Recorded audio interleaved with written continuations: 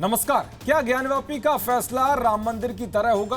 क्या ज्ञानवापी का एएसआई सर्वे हिंदुओं के लिए बड़ी जीत साबित होगा?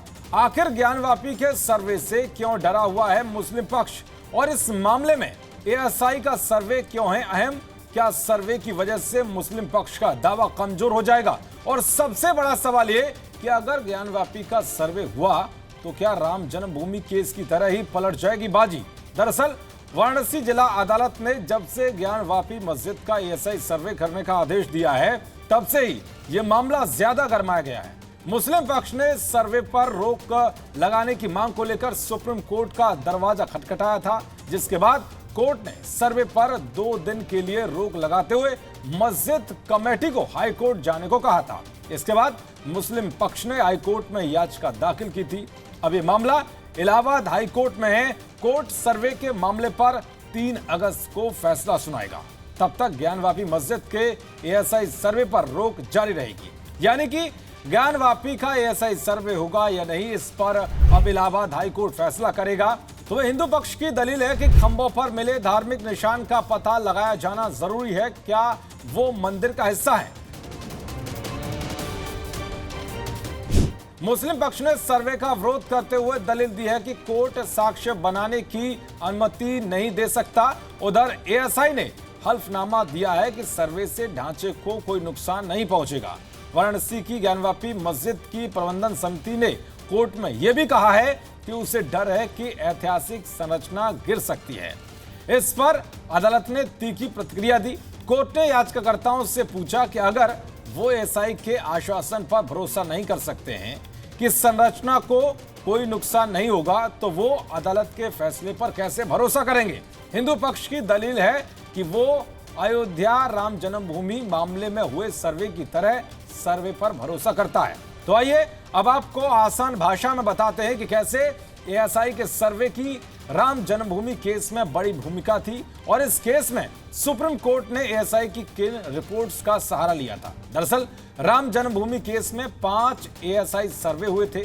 चीफ जस्टिस रंजन गोगोई की अध्यक्षता में सुप्रीम कोर्ट की 5 सदस्यीय पीठ की ओर से अयोध्या केस पर 9 नवंबर 2019 को दिए गए ऐतिहासिक फैसले में एएसआई की 2003 की रिपोर्ट ने महत्वपूर्ण भूमिका निभाई थी। एएसआई ने 2003 में इलाहाबाद हाई कोर्ट के आदेश पर अयोध्या में विवादित जमीन की खुदाई की थी। इस दौरान मिली चीजों का वैज्ञानिक परीक्षण करने के बाद विवादित ढांचे के नीचे मंदिर के अवशेष होने का दावा किया था।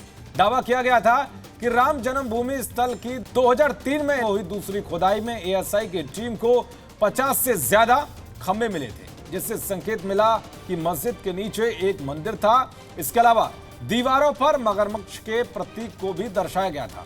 साइड से मिले 2 अवशेषों पर विष्णु हरिशिला फलक का एक शिलालेख भी पाया गया था। इसके अलावा देवी देवताओं की मूर्तियां भी पाई गई थी, जिसके बाद यह दावा किया गया था कि वहां मंदिर था।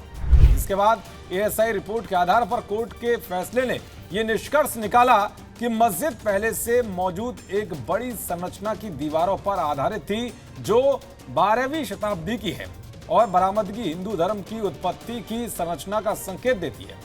फैसले में यह भी कहा गया कि एएसआई रिपोर्ट में संकेत मिलता है कि 85 पिलर बेस 17 रो यानी पंक्तियों में थे। इनमें से प्रत्येक में 5 पिलर बेस थे।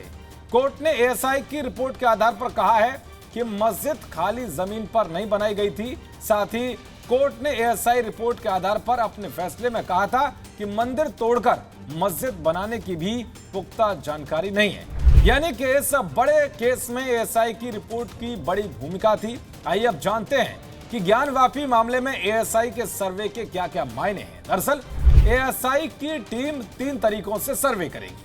पहला, बनावट के आधार पर वास्तुकला की जांच करेगी, जिसमें टीम इमारत की बनावट को जांचेगी कि किस वास्तुकला का प्रयोग या किस राजा के समय इसे बनाया गया। एएसआई की टीम सर्वे के दूसरे तरीके में कार्बन डेटिंग से प्राचीन स्थल की उम्र का पता लगाएगी।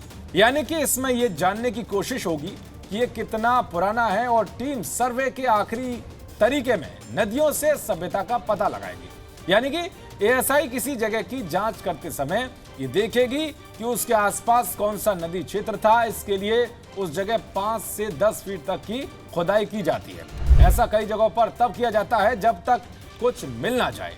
यानी कि एएसआई की टीम को सर्वे करने की कोर्ट से हरी झंडी मिलती है तो वो अलग अलग एंगल से सबूत जुटाकर दूध का दूध पानी का पानी करने की कोशिश करेगी, जैसा कि राम जन्मभूमि मामले में देखने को मिला। शायद इसलिए मुस्लिम पक्ष सर्वे कराने से पीछे हट रहा है। ऐसे में अब सबकी नजरें कोर्ट के फैसले पर हैं। नमस्कार। जी न्यूज़।